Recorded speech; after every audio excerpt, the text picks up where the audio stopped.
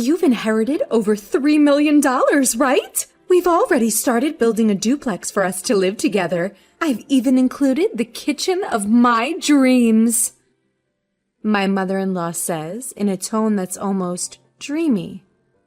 I've quit my job. I'm planning to start a business with the inheritance that Ashley has received. My husband announces, looking oddly pleased. Well, wait a minute. I've told you I haven't received any inheritance yet, right? You've quit your job and you're building a duplex.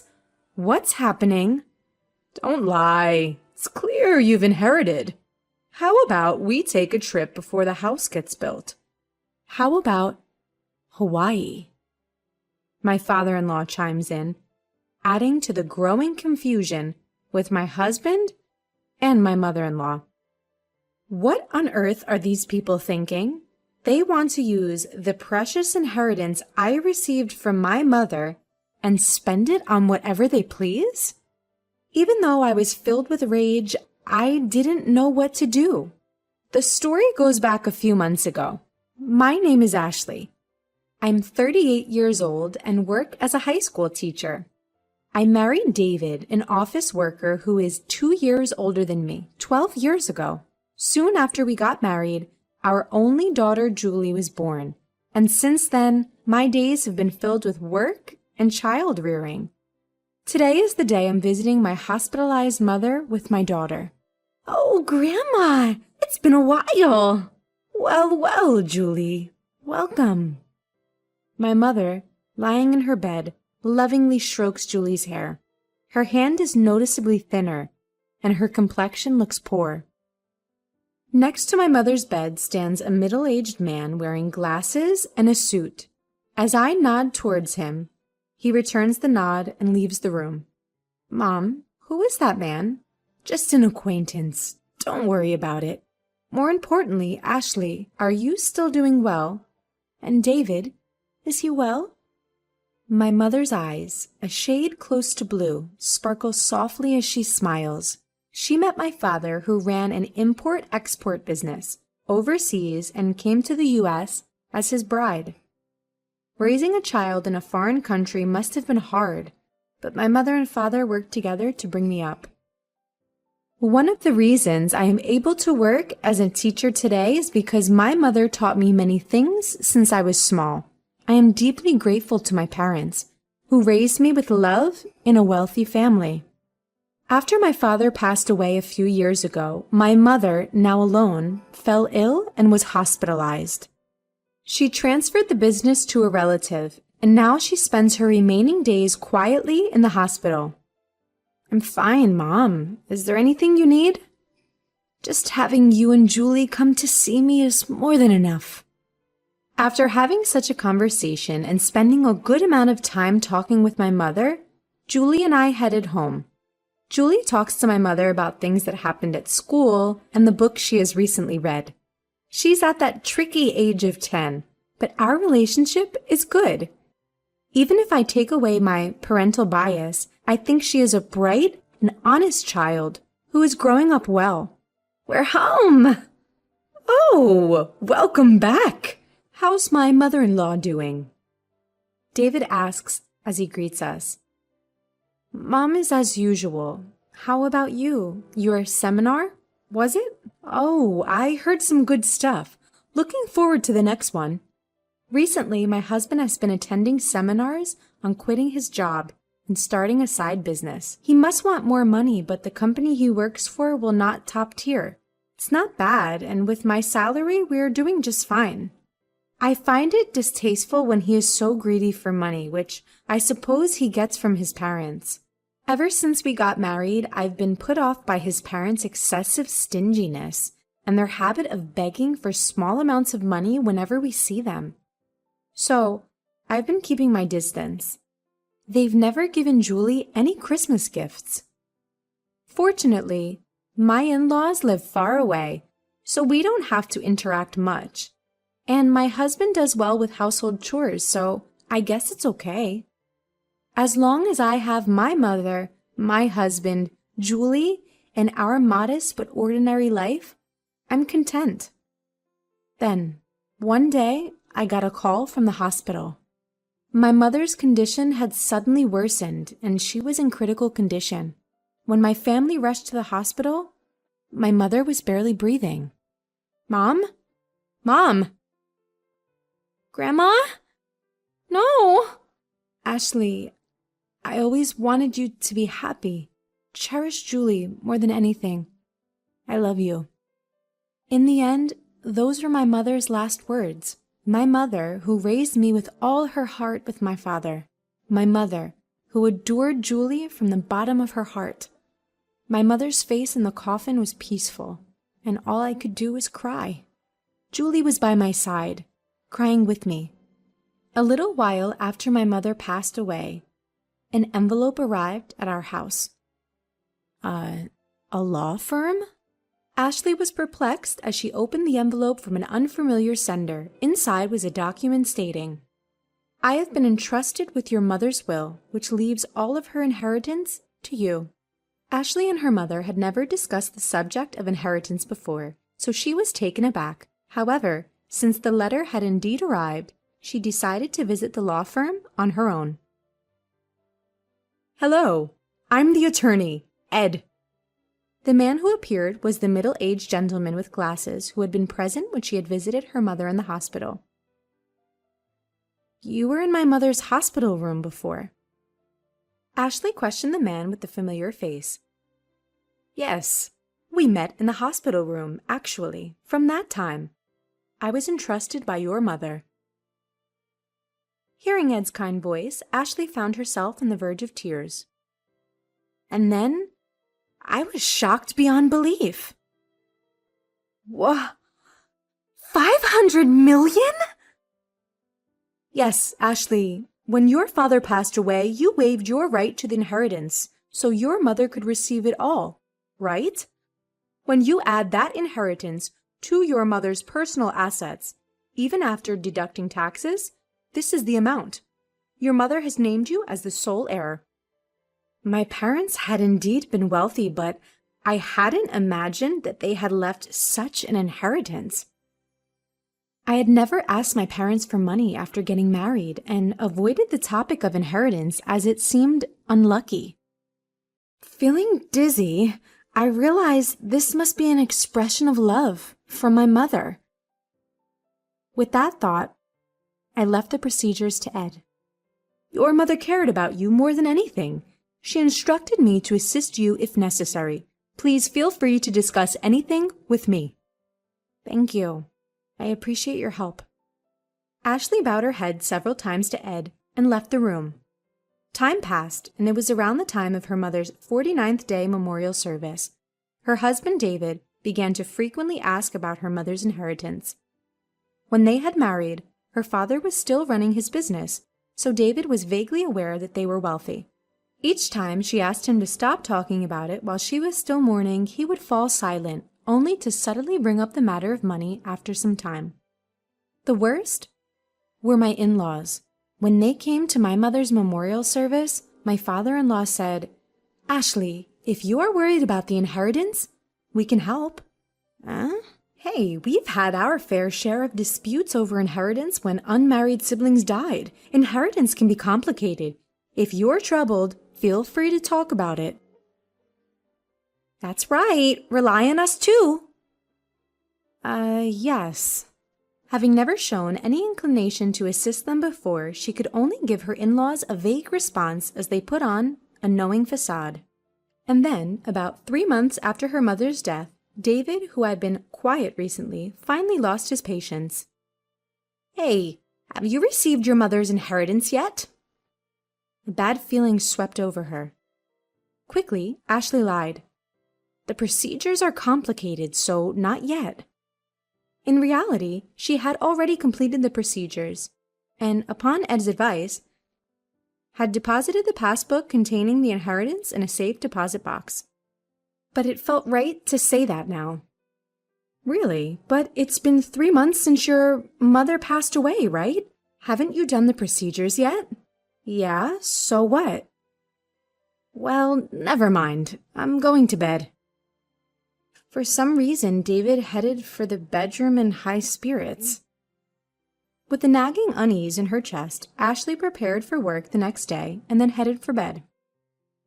The next day, as Ashley and Julie were cleaning up after dinner, the doorbell rang.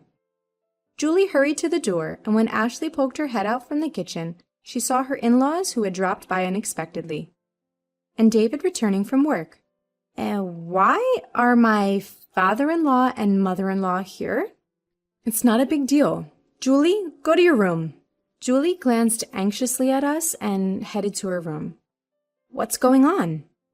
Never mind that. Ashley, we have something to celebrate today.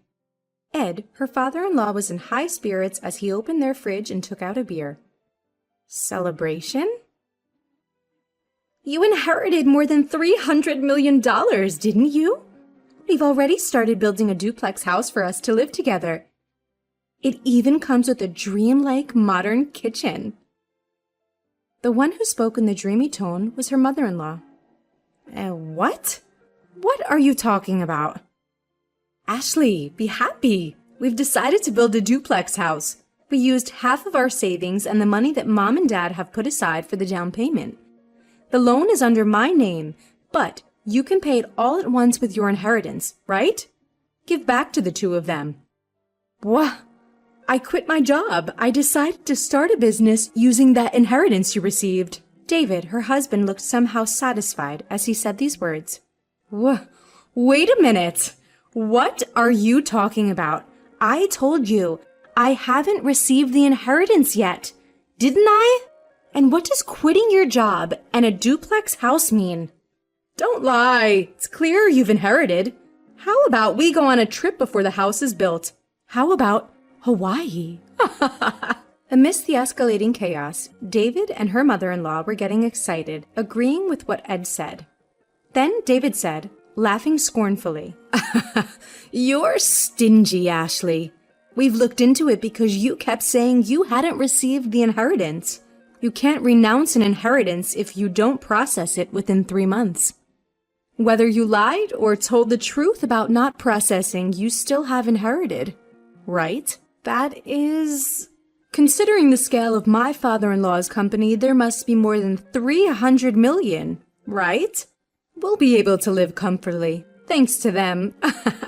Thank you, mother-in-law. Be sure to prepare the money for the duplex house as soon as possible. And my capital, too.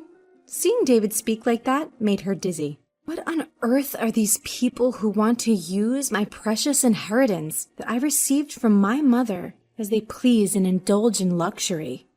Although I was filled with intense anger and was about to yell, I couldn't say a word. I was worried about Julie, who was in the other room. I'm going outside for a bit. I called out to the three of them, but they didn't hear me, happily discussing how they'd use the inheritance, and I went out without even taking my wallet. The night wind was cool, and it was then that the tears came. I went to the hilltop park where I used to come with my mother, and I cried, holding back my voice. My anger didn't subside, feeling frustrated, and my heart was worn out from being exploited like that. My emotions were a mess. But she couldn't just say she wanted a divorce. They still had their child, Julie. Her mother's words, "Take care of Julie, above all else," came back to her, and tears spilled again. Suddenly, someone spoke to her. Surprised, she opened her eyes, and the person began to speak softly. 3 days later, she called her husband and in-laws to a restaurant with private rooms. So, you finally came back home after that day. Did you withdraw the money? Ashley, you shouldn't leave home without telling your husband. Exactly. Ignoring the words of the three people, she took out a document. It was a divorce notice, already filled out. David, I want a divorce. What? What are you saying? Her husband looked panicked, and her in-laws looked at each other. I can't go on with you anymore. What are you saying? David's face was turning red as he lashed out at her. You're leaving us after receiving the inheritance? You changed because you got the money. You miser. That's my words. Ashley snapped back. Ever since I inherited my mother's estate, you've been out of control. Quitting jobs to start a business? Deciding to live with in-laws without even asking? Taking out my savings to build a two-family home? And then planning a trip to Hawaii? Who is the one who changed when the money came in? I can't possibly stay with such people. Wait, you can't just divorce me like that. That's right. Our savings after marriage are shared property. Half of the inheritance belongs to David, no matter what. That's correct. If it comes to that, we will take $300 million with us. David and my in-laws were foaming at the mouth as they approached me. Just as I was about to respond, the door to the private room slid open. Dad, Grandpa and Grandma should know better. The inheritance Mom received doesn't become shared property. Right, Mr. Ed? There stood my daughter Julie and Attorney Ed. Julie? And who are you? I'm Attorney Ed. Ashley's mother had entrusted me with this matter, and I've been advising Ashley. As Ed bowed, Dave seemed flustered. That's all well and good, but wait. The inheritance doesn't become shared property?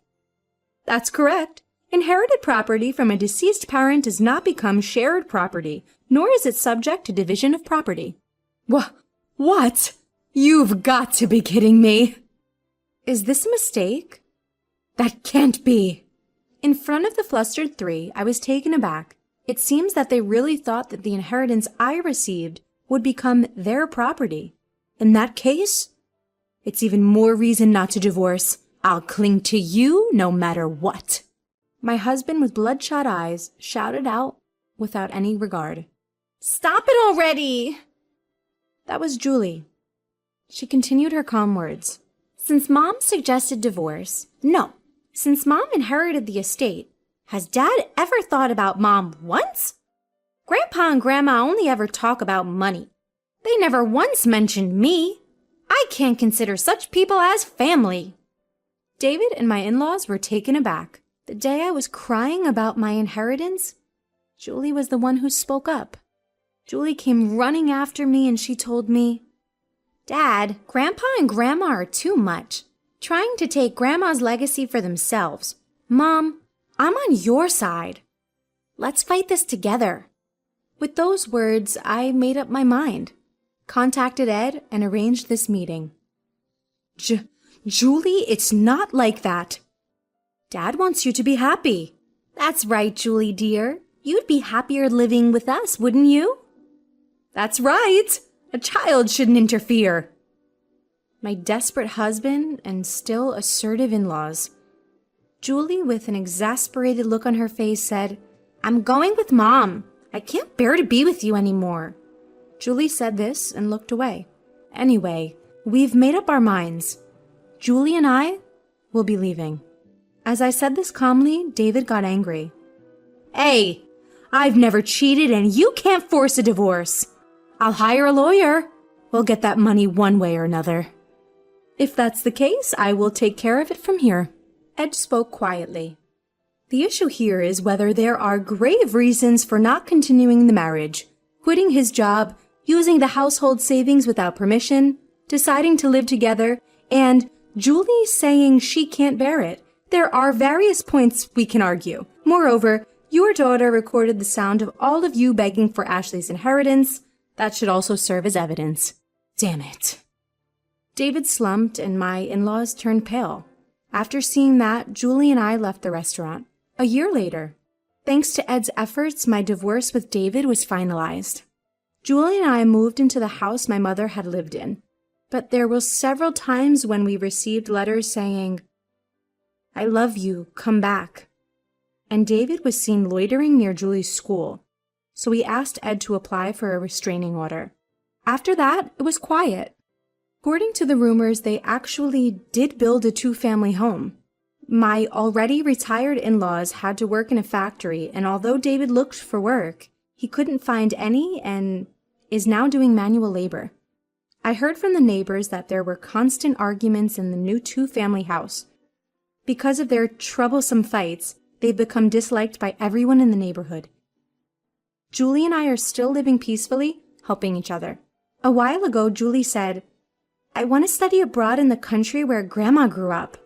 So, to cut ties completely with my ex-husband, we made up our minds to move overseas. We used a bit of my mother's inheritance, but I'm sure she would be pleased. Now, Julie seems to be enjoying school every day, and I've started working as a teacher there. I hope these peaceful days continue.